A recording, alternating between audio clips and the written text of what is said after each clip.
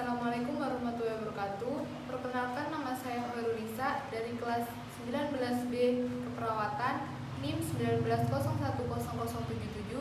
Di sini saya akan melakukan tindakan cara pengambilan sputum sesuai SOP atau standar operasional prosedur. Pasti kalian bingung kan sputum itu apa?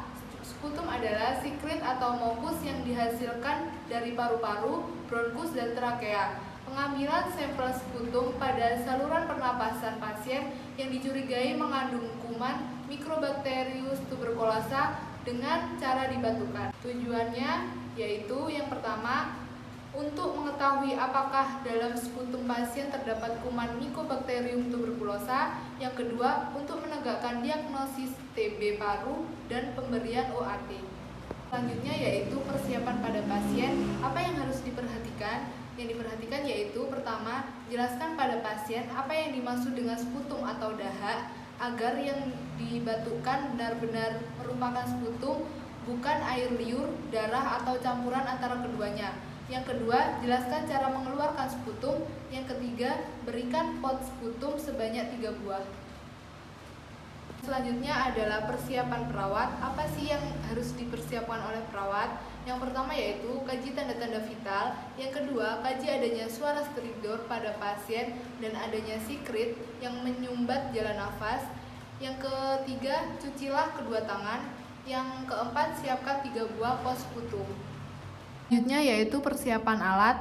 Yang pertama ada handscoon, yang kedua masker, yang ketiga tisu, yang keempat pos sputum 3 buah, yang kelima hand sanitizer untuk cuci tangan, yang terakhir wadah. Selanjutnya prosedur tahap prainteraksi pada pasien. Yang pertama, sapa pasien dengan ramah dan perkenalkan diri pada pasien. Yang kedua, persilakan pasien untuk duduk. Yang ketiga, berikan informasi kepada pasien tentang tindakan yang akan dilakukan dan minta persetujuan atas tindakan yang akan dilakukan. Yang keempat, jelaskan kepada pasien bahwa sputum akan diambil sebanyak 3 kali. Yang kelima, jelaskan kepada pasien untuk tidak makan, minum, atau merokok sebelum sputum besok pagi diambil.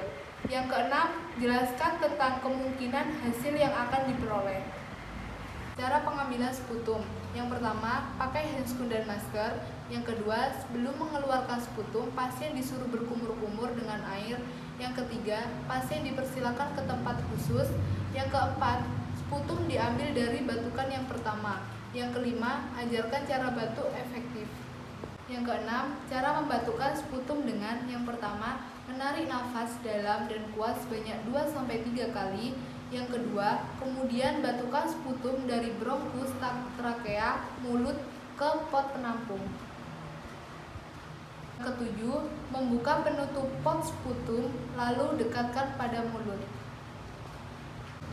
Yang kedelapan, bila sudah, periksa sputum yang telah dibatukan.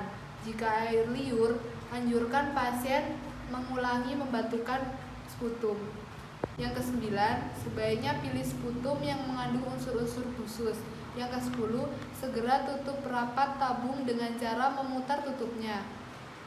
Yang ke-11, jika sputum sulit dikeluarkan, pasien diberi petunjuk untuk yang pertama, melakukan olahraga ringan, kemudian menarik nafas dalam beberapa kali. Yang kedua, apabila pasien merasa akan batuk, nafas ditahan selama mungkin, lalu meminta pasien untuk batuk.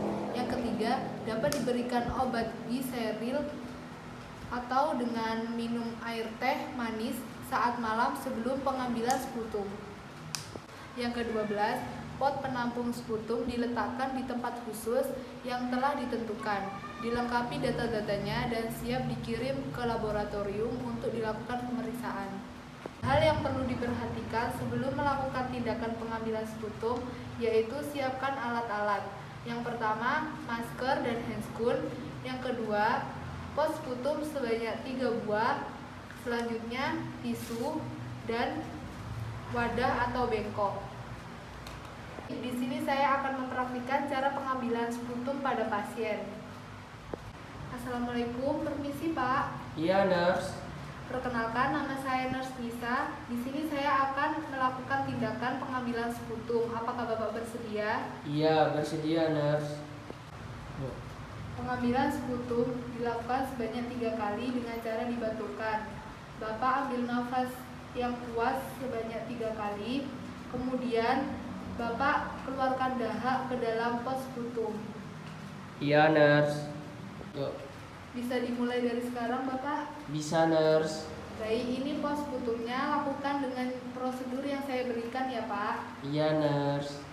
Udah, nurse. Baik, Bapak, tindakan sudah selesai dilakukan. Saya akan memberikan pos sputum baru untuk dilakukan pengecekan besok hari. Iya, nurse.